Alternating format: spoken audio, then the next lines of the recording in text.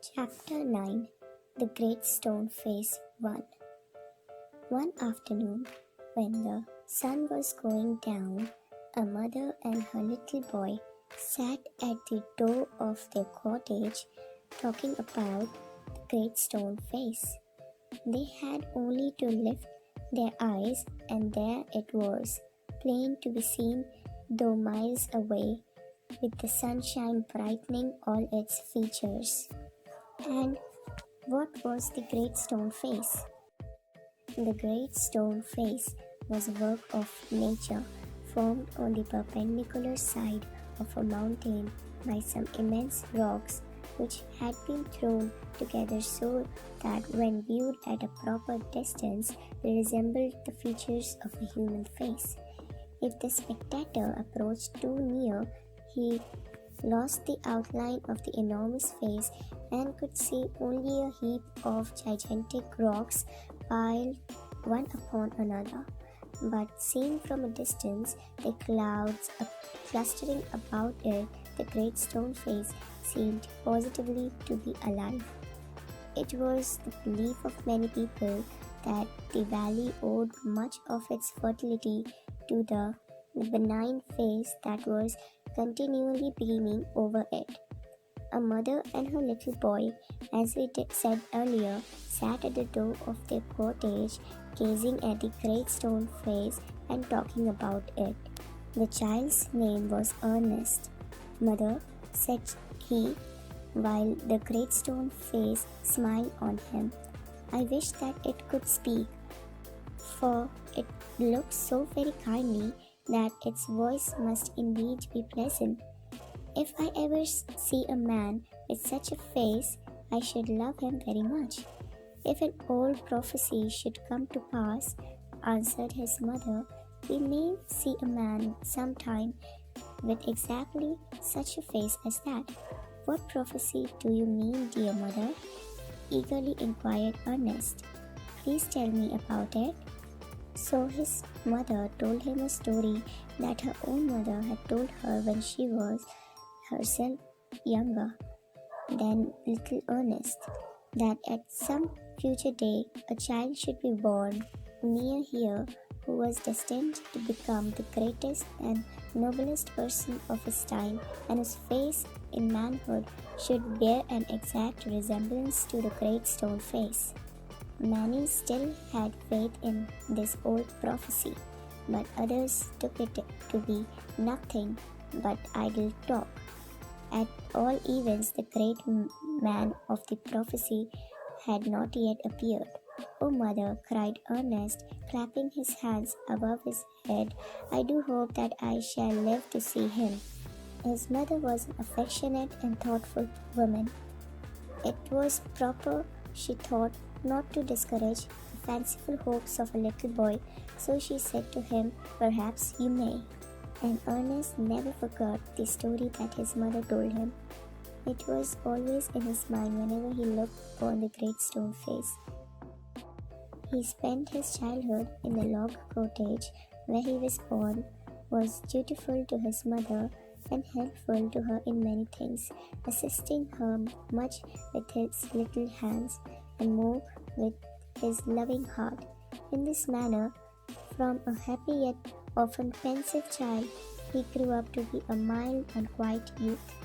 Ernest had had no teacher, but the great stone face became one to him. When the work of the day was over, he would gaze at it for hours, until he began to imagine that those vast features recognized him and gave him a smile of kindness and encouragement.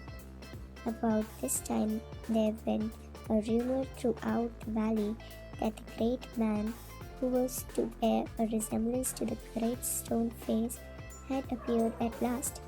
It seems that many years before, a young man had left the valley and settled at a distant seaport. Gathergold, which was his name, had set up as a shopkeeper, and being sharp in business matters, had become so very rich that it would have taken him 100 years only to count his wealth.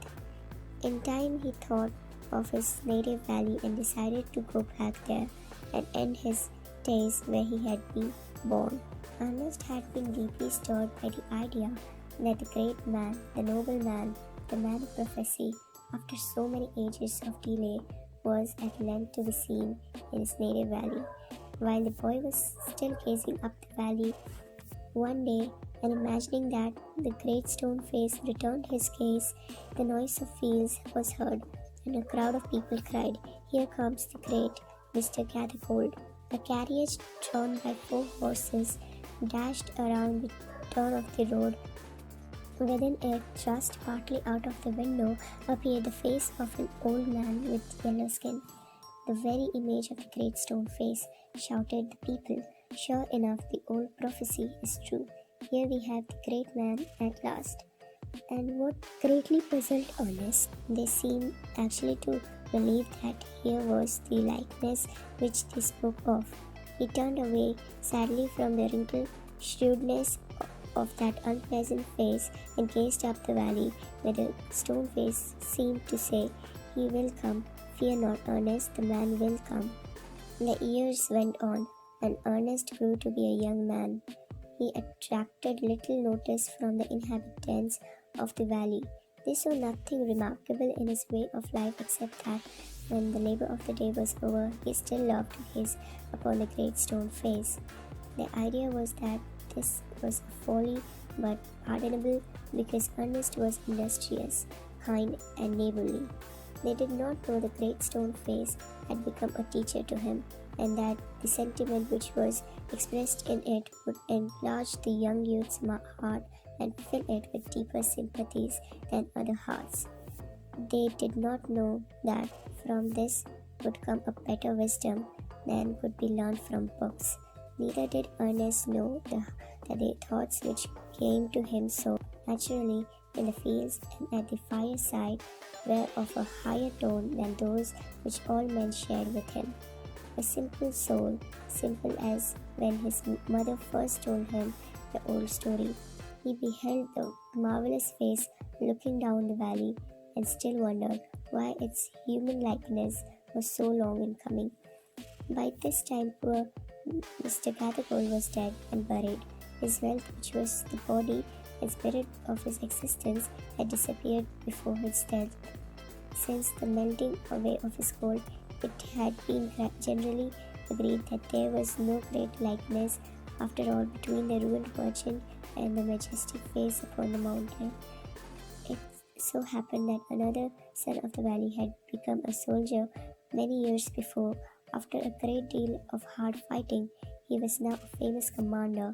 He was known on the battlefield by the name of Blood and Thunder.